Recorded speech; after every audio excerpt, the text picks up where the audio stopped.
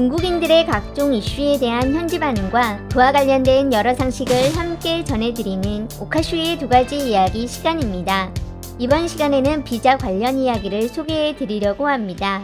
다음 달 미국에서 열릴 예정인 미국 소비자기술협회 주관 세계 최대 IT 박람회 CES 2025에 참가 예정이던 중국 기업인들이 단체로 미국 비자가 거부된 것으로 알려지며 중국 네티즌들 사이에서 큰 논란이 되고 있는 중입니다. CES 2025는 내년 1월 7일부터 10일까지 미국 라스베이거스에서 개최 예정으로 전시회에 참가 등록한 기업 4,000개 중 30%가 넘는 곳이 중국 기업으로 추정되고 있는데 홍콩 사우스 차이나 모닝 포스트의 보도에 따르면 비자 신청을 위한 대사관 미팅 시 지참한 CES 초대장은 전혀 고려 대상이 아니었다거나 심지어 중국 관련 업계 기업들 사이에서는 CES 참석을 목적으로 한다는 것이 알려지면 큰 확률로 비자가 거부된다는 이야기들도 흘러나오고 있는 중이라고 합니다.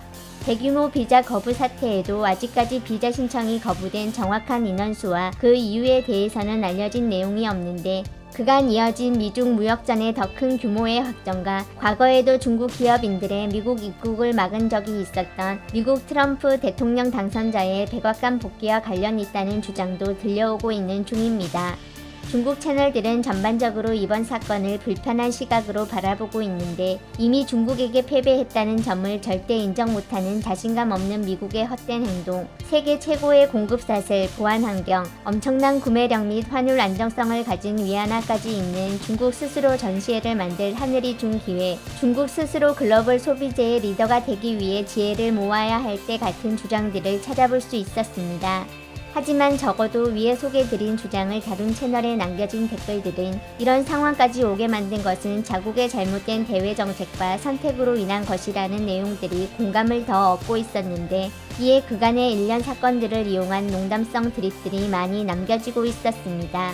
댓글들이 너무 많아 채널 4곳에서 가능한 대댓글들은 줄이고 좋아요 수가 상위인 댓글 위주로 선정해 따로 구분 없이 함께 정리한 점 시청 시 참고하시기 바랍니다. 우리랑 러시아, 아프간, 조선이 전시회 열면 얼마나 좋냐! 미국한테는 입장권 주지 말고! 완전 멋지잖아! 좋네! 전문적으로 극초음속 전술무기랑 전략 핵무기 팔면 좋겠어! 요사들이 이 소식 들으면 울부짖으면서 일부러 참가할까 겁나네!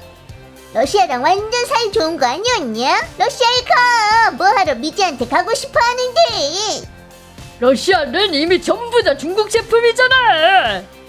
미국 정부가 세국하는데 설마 우리가 강력한 함선하고 대포로 미국 대문 두들겨야 우리랑 무역하는 걸 원하려나?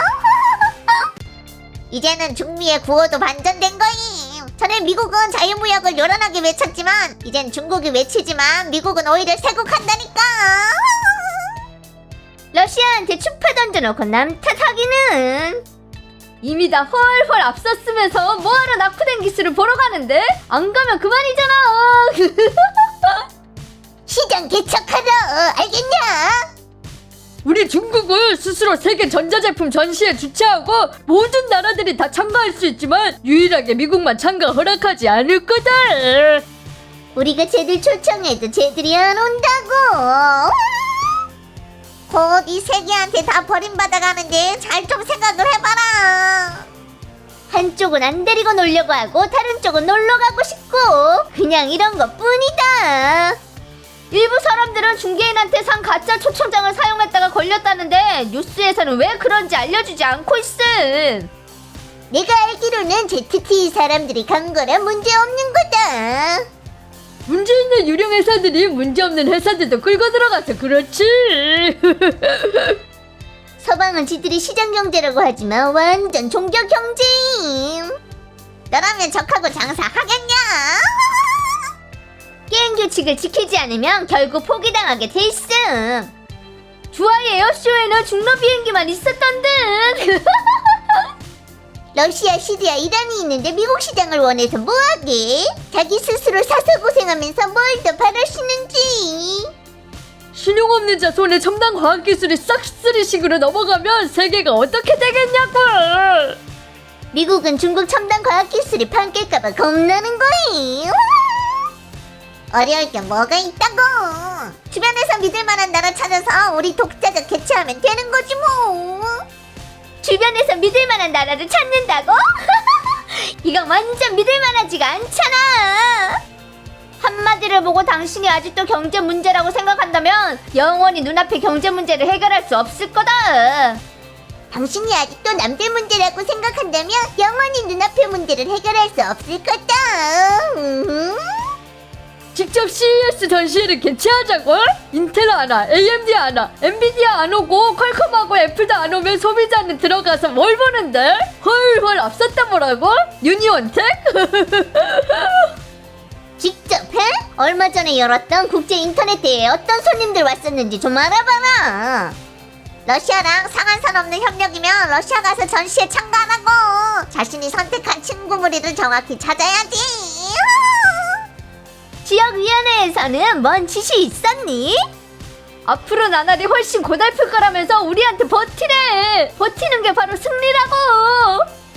걔들이 왜 너한테 비자는 줘야 됨? 지들 나라에서 개최하는 전람회라 참가하게 하고 말고 권리 있는 거라 뭐라고 할 게 없는 거다. 이런 걸 보고 수단을 가리지 않는다고 하는 거다. 미국은 공정 경쟁할 용기조차 없는 거임. 모든 힘을 다 헬멧 검사에 쓰고 있구만. 전시회를 뭔 수로 신경 써? 올해 노벨 경제학상이 이미 분명히 설명해주고 있는 거임. 손에 힘 풀면 헐헐 앞섰다 그러고 목줄 잡아주면 바로 디커플링 반대. 엄청 잔인한 현실은 이 지구상의 가장 좋은 시장은 바로 유럽, 미일 이런 나라에 있다는 거다.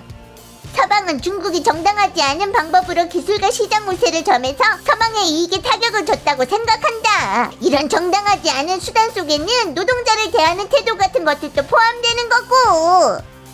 갑치기 자금, 기술, 시장이 필요한데 그래놓고 맨날 갑칙 욕은 하면서 갑칙이랑 관계를 유지하고 싶어하니 그렇게 좋은 갑칙이 있긴 하냐? 그러고는 갑칙과 조만간 일전을 벌인다고 맹세하잖아.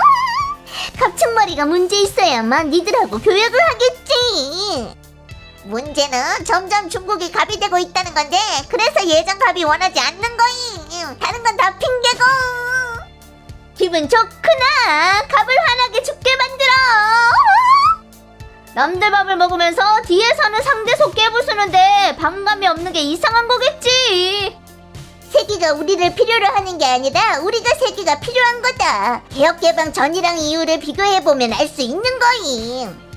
오기가 좀 있어 보라니까. 러시아, 조선, 이란으로 가.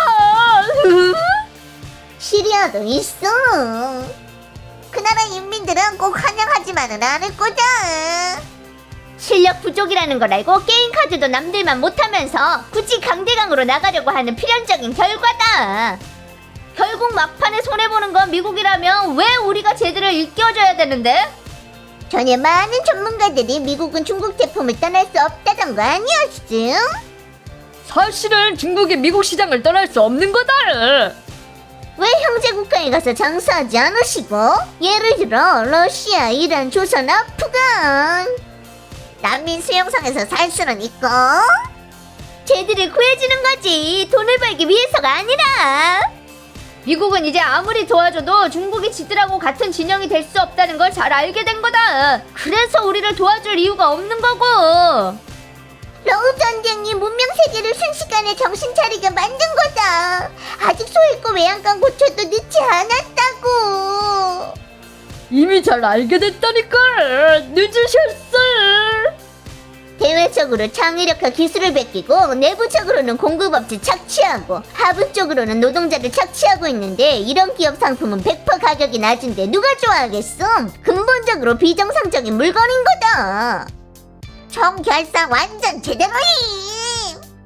저런 기업들은 미국에 가서 고객 찾았어도 돌아와서는 계속 우리 노동자를 착취한다. BYD 완전 대단하지? 한 달에 맨날 12시간 일하고 매달 4,000위안 정도 받는 거야. 왜냐면 고난은 일시적인 것 뿐이니까. 우리 광저우 상하이 교역해도 쟤들한테 비자 거부해라. 대등하게 반격해야지. 너 구매자랑 판매자 두개 구분 못함. 웃기고 있네. 올해 광저우 교역해 처참했어. 빌어도 다들 안 왔다고.